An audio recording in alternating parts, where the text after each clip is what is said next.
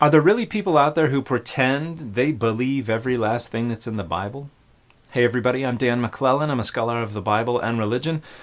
Let's take a look at a video. If it's in the Bible, that's my stance on it. If it's in the Bible, that's my opinion on it. If it's in the Bible, that's what I believe. My political views are backed by the Bible. If it's in the Bible, that's what I think. If it's in the Bible, that's how I act. If it's in the Bible, that's what I'm going to stand up for. If it's in the Bible, that's what I'm going to use my voice for. And if you don't like that, sorry, not sorry. So every last one of these claims is false.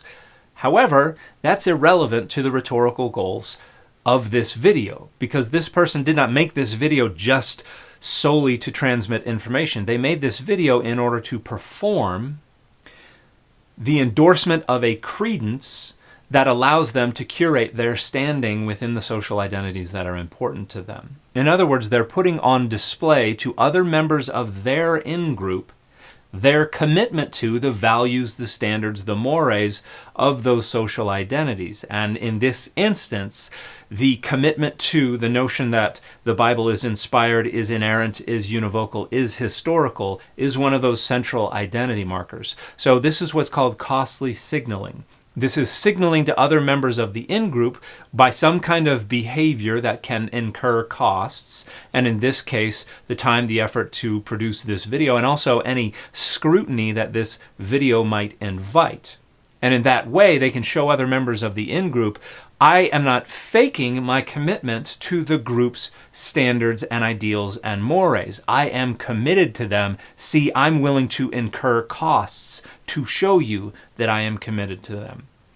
And then you can also artificially ratchet up the costs of certain behaviors to engage in what is called credibility-enhancing displays, where you go above and beyond in order to show others, I'm not just committed to the bare minimum, I'm willing to go above and beyond to increase the perception of my credibility within those social identities that are important to them. And in this way, people curate their standing within the social identities that are important to them. So that's the rhetorical goal of this video, whether this individual is aware of it or not. Intuitively, that is what underlies the desire to record this video and then post it on the internet.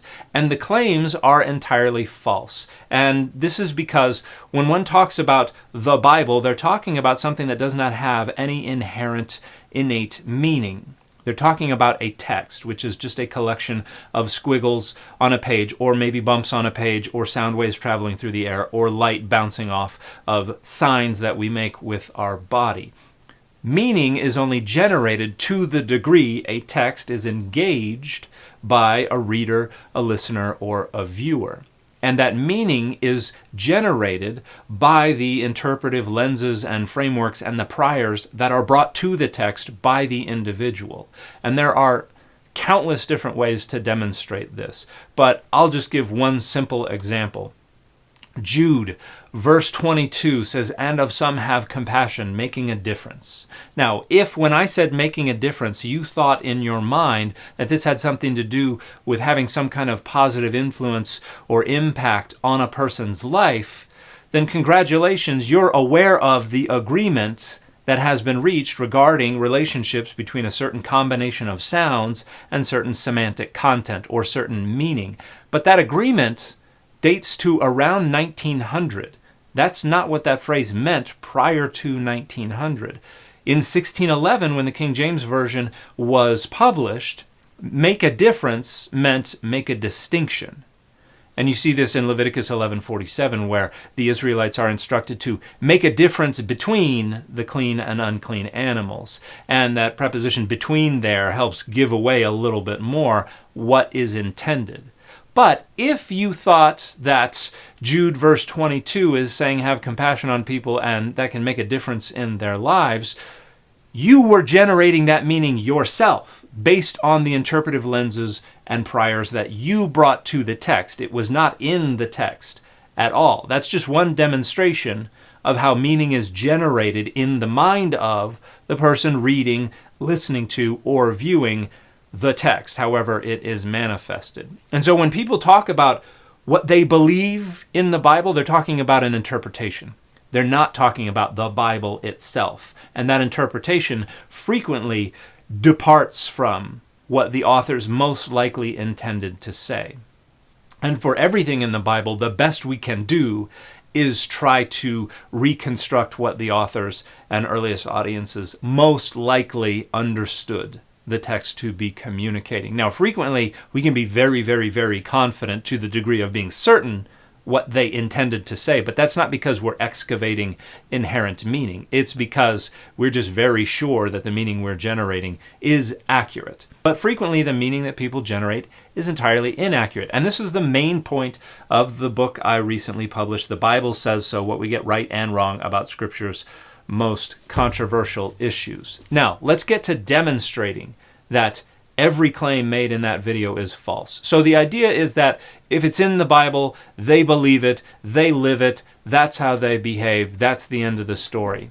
That's just not true. And let's just start with the fact that the Bible contradicts itself in many different ways and in many different places. For instance, Exodus 20, verse 5, "You shall not bow down to them or serve them, for I, the Lord your God, am a jealous God, punishing children for the iniquity of parents, to the third and the fourth generation of those who reject me." So, according to the Bible, Exodus 20, verse 5, God punishes children for things that they did not do, for things that their parents did. But this is contradicted by Ezekiel 18:20. The person who sins shall die. A child shall not suffer for the iniquity of a parent, nor a parent suffer for the iniquity of a child. The righteousness of the righteous shall be their own, and the wickedness of the wicked shall be their own. So right there, just the nature of God and how we should understand responsibility for sins is completely contradicted within the Bible. God either does punish the children for the iniquity of the parents, or God does not punish the children for the iniquity of the parents. Now, if you are thinking, oh, I can resolve this, I can harmonize these two things, that's you bringing those interpretive lenses, those priors to the text and telling the text what it is and is not allowed to say. And if your priors include the presupposition of univocality, of inspiration, of inerrancy, of historicity, you're not going to allow the text to operate on their own terms. You're going to give the terms to the text so the text says what you allow it to say. That is imposing a unifying framework on the text and overruling the authority of the text. And it works like this. When you see two things that conflict, you have to try to come up with a single reading that resolves both of them. Now, because bringing these priors, these presuppositions to the text is a product of identity politics, a product of being told how the Bible is allowed to function, a product of being part of a group that demands the Bible function a certain way, you're going to have a preferred interpretation. You're going to say, I like this way of reading it, I don't like that way of reading it. That is the interpretive lens that allows you to renegotiate the thing you don't like. You're going to say, the thing I like, that got it right. That's the correct interpretation. We have to reinterpret the thing I don't like to bring it in alignment with the thing I like. And that's precisely an example of imposing a unifying framework on the text so that the interpretation supports the priors that you bring to the text.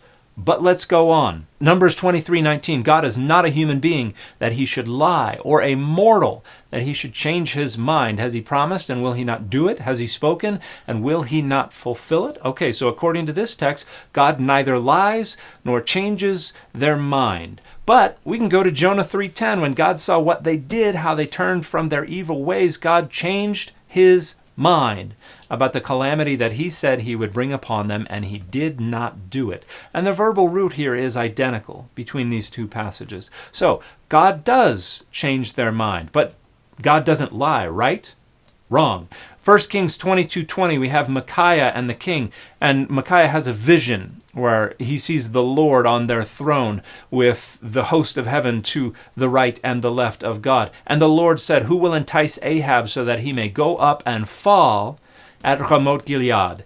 That means, who will deceive Ahab to his death? Then one said one thing and another said another, until a certain spirit, and this is a bad translation, the Hebrew is haruach, the spirit, came forward and stood before the Lord, saying, I will entice him. How? The Lord asked him. He replied, I will go out and be a lying spirit in the mouth of all his prophets. Then the Lord said, you are to entice him, and you shall succeed. Go out and do it. So you see, the Lord has put a lying spirit in the mouth of all these your prophets. The Lord has decreed disaster for you. Then Zedekiah, son of Kenana, came up to Micaiah, slapped him on the cheek, and said, which way did the Spirit of the Lord pass from me to speak to you? So here God is asking for and then endorsing deception on the part of the very Spirit of God in order to deceive the king to his death. So yes, God does lie when it serves God's purposes. Another contradiction and another representation of God that the creator of that original video will not accept. It's in the Bible. You should accept it, but you don't, because it doesn't agree with the priors that you're bringing to the Bible. You have to renegotiate what this text says to bring it into alignment with what you allow the Bible to say. Moving on. Psalm 137:9, happy shall they be. And the word here in Hebrew is asrei, which really means blessed. This is the Hebrew term that is translated makarii in the Beatitudes. Blessed shall they be who take your little ones and dash them against the rock. So, blessed is the one who murders babies, and specifically Babylonian babies. And are they blessed because they're a member of the outgroup? They're an undesirable ethnicity? Well, kinda, but not entirely. The real point here is vengeance against the Babylonians for the Babylonian exile, punishing the children for the sins of their parents. So we're back to God endorsing, in this instance, murdering children for things that their parents did as a means of revenge, of vengeance. Hopefully, that content creator does not believe that this is the way they should live because the Bible says so. Let's keep moving on. Exodus 21:22. When people who are fighting injure a pregnant woman so that there is a miscarriage and yet no further harm follows, the one responsible shall be fined what the woman's husband demands, paying as much as the judges determine. If any harm follows, and this means if the woman herself dies, then you shall give life for life, eye for eye, tooth for tooth, hand for hand, foot for foot, burn for burn, wound for wound, stripe for stripe. In other words, you have two different outcomes if injury to a pregnant woman causes either a miscarriage or the death of the pregnant woman herself. The miscarriage means the husband determines a fine that is adjudicated by judges so as to not be exorbitant. If the woman herself dies, that catalyzes, that activates talionic justice, retributive justice, eye for an eye, tooth for a tooth, life for a life. This means that the fetus was considered property, not a full legal and moral person. In the case of this particular law, the woman is considered a full legal and moral person, not everywhere in the Hebrew Bible, but in this particular law, and the fetus is considered property. I don't think this content creator would agree with this. I think this content creator would be compelled by the priors they bring to the text to renegotiate what that says in order to make the text say what they allow it to say. Moving on, Exodus 21:2. When you buy a male Hebrew slave, he shall serve 6 years, but in the 7th he shall go out a free person without debt. If he comes in single, he shall go out single. If he comes in married, then his wife shall go out with him.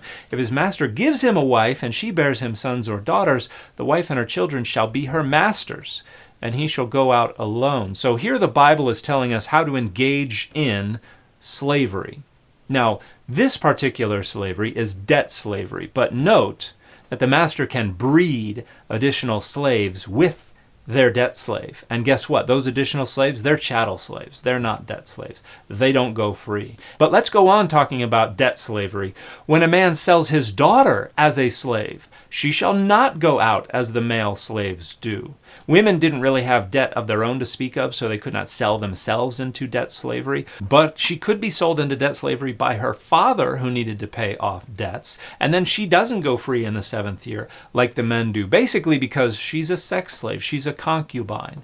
And let's read about that. If she does not please her master, who designated her for himself, then he shall let her be redeemed. In other words, he'll tell her father, can you buy her back, please? And then the father can buy her back. He shall have no right to sell her to a foreign people. Now, what this suggests is that he could sell her to another Israelite, but not to a foreigner. They got to stay within the tribe. Since he has dealt unfairly with her, if he designates her for his son, he shall deal with her as a daughter. If he takes another wife to himself, he shall not diminish the food, clothing, or marital rights of the first wife. If he does not do these three things for her, she shall go out without debt, without payment of money. So here the Bible is telling us how we are to engage in concubinage, in sex slavery. And of course, this contradicts Deuteronomy, which says both the male and the female debt slaves shall go free in the 7th year. But let's move on. Exodus 21:20, when a slave owner strikes a male or female slave with a rod and the slave dies immediately, the owner shall be punished. It's not saying precisely what type of punishment, probably because it would differ depending on whether this was a debt slave, who would usually be an Israelite, or a chattel slave, who would usually not be an Israelite. If it were an Israelite, the penalty might be capital punishment. If not, probably just a fine. But if the slave survives a day or two, there is no punishment, for the slave is the owner's property. And the rationale here is that if a slave owner beats a slave immediately to death, that was probably a beating with an intent to kill. That is considered something punishable. But if the beating was disciplinary or corrective, and the person only passed away after a couple of days, then that means it was probably accidental, it wasn't intentional. And in the case of an enslaved person, there is no punishment at all. Why? Because the enslaved person was their property. Literally in Hebrew, kesef, silver, money. They lost their money, they lost their property. That is considered punishment enough. So, accidental homicide of an enslaved person, you're in the clear. Because they were your property, you lost your property, that's punishment enough. Moving on. Deuteronomy 22, we have verses 23 through 29, which give a few different laws related to sexual assault. And the first couple ones talk about sexual assault of a woman who is married, and then sexual assault of a woman who is only betrothed or engaged to be married. In all of those instances of sexual assault, the penalty for the perpetrator is capital punishment, is the death penalty. But down at the bottom, we see if a man meets a virgin who is not engaged and seizes her and lies with her, this is indisputably sexual assault, and they are discovered, the man who lay with her shall give 50 shekels of silver to the young woman's father, and she shall become his wife. Because he violated her, he shall not be permitted to divorce her as long as he lives. So what's going on here? Why is the punishment not death? Well, it's because she's not betrothed to someone else. What this reveals is that marriage was primarily a question of property rights.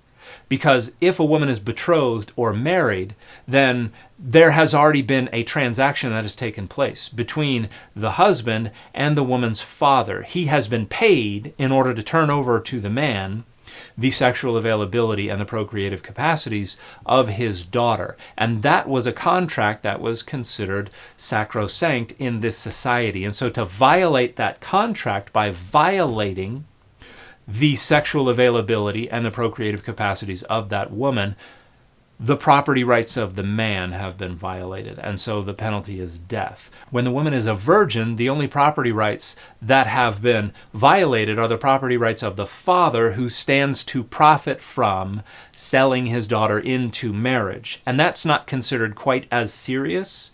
And so the penalty is that the perpetrator must pay the father an elevated bride price, and then must take the daughter as his wife and is not allowed to divorce her.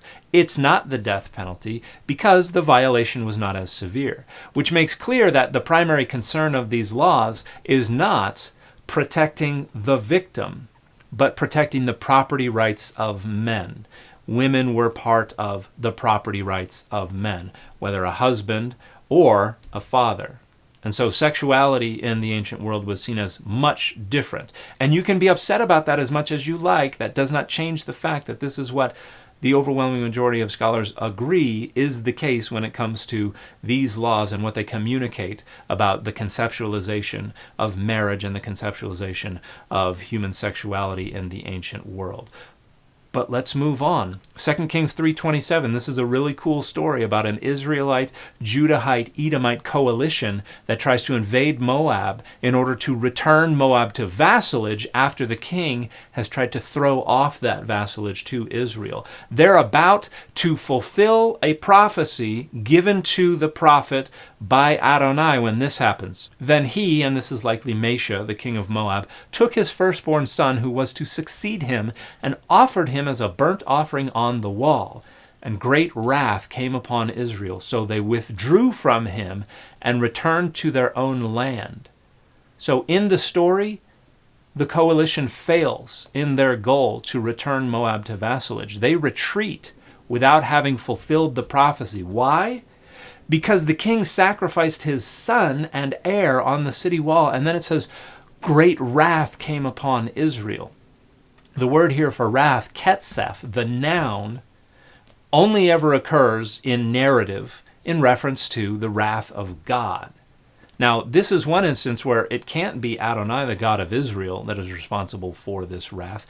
That doesn't make any sense, which is why scholars acknowledge, and I have a survey I'm working on that will allow me to be able to say whether or not it's a majority. I don't know at this point, but a lot of prominent scholars agree that this can only refer to the wrath of a deity, and in this case it must be the wrath of the patron deity of Moab, Chemosh, who must have driven out the invading force, which would make this story directly parallel to what we find later on in 2 Kings 18 and 19, where Sennacherib invades Judah in order to try to return Judah to vassalage after Judah threw off vassalage to the Assyrian Empire. And what happens? They're about to take the final city, and then God's angel kills 185,000 Assyrian troops, and the next day they wake up, realize everybody's dead, and the king gets up and leaves. The verbs are the same verbs used here to refer to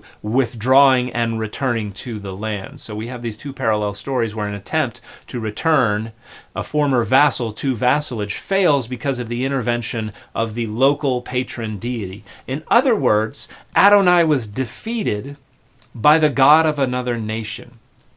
That is the only way to interpret this text that does not require we just make up out of whole cloth scenarios that are not in evidence in order to skirt around the plain and most likely sense of the text to arrive at what we think the text is allowed to say. So I think that's a fascinating story. And obviously, the creator of that video is not going to agree regarding what the Bible says, because that's not what they think the Bible is allowed to say. But that horrific sacrifice of one's own child, guess what? That's commanded by God in the Bible too. Let's go to Exodus 22:29. You shall not delay to make offerings from the fullness of your harvest and from the outflow of your presses. The firstborn of your sons you shall give to me. You shall do the same with your oxen and with your sheep. 7 days it shall remain with its mother. On the 8th day you shall give it to me. This obviously has to do with sacrifice. This is the plain sense of the text. This is the most likely reading.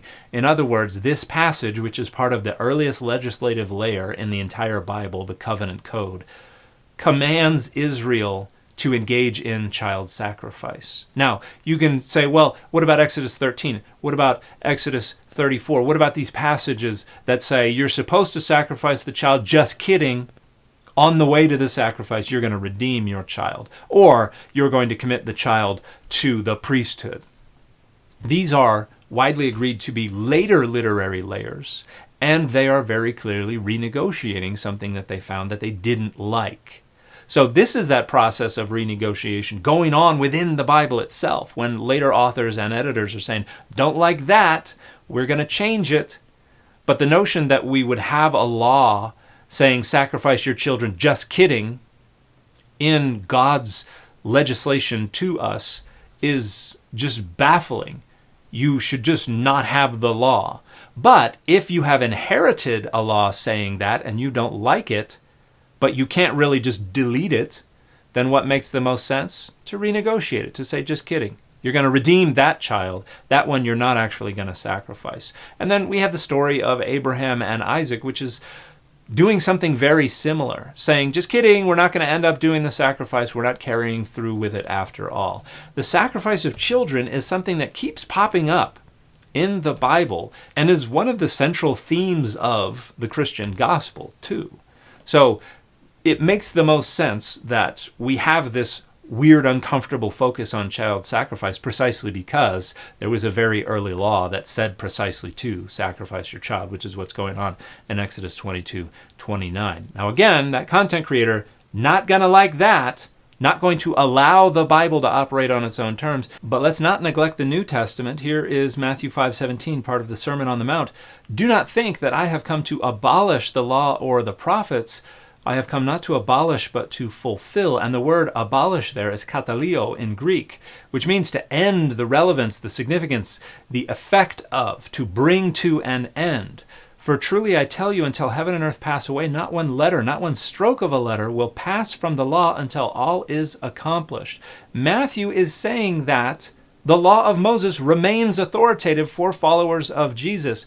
Matthew was probably a Judaizer. We find elsewhere in the Gospel of Matthew endorsements of features of the law of Moses that later Christians would abandon, because Matthew believed that followers of Jesus were still responsible to follow the law of Moses. In fact, the author of Matthew has Jesus go on to escalate the responsibility to the law and say, you have heard that Moses wrote this, but I tell you this. The author of Matthew has Jesus saying, your righteousness must exceed the righteousness of the Pharisees. For the Jesus of the Gospel of Matthew, the law of Moses was still in effect. This is something, I promise you, this content creator rejects, even though it's in the Bible. And we can look at a contradiction. We go to Luke 16:16.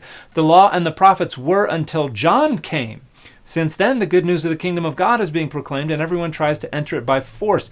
But it is easier for heaven and earth to pass away than for one stroke of a letter in the law to be dropped. Luke disagrees. Luke is repeating the idea from Matthew, but instead of saying the law is still in effect, Luke says the law is no longer in effect. And instead of saying that not one jot or tittle will pass until heaven and earth pass away, Luke just says it's harder for one jot or tittle of the law to pass away than for heaven and earth to pass away. So we've got another contradiction.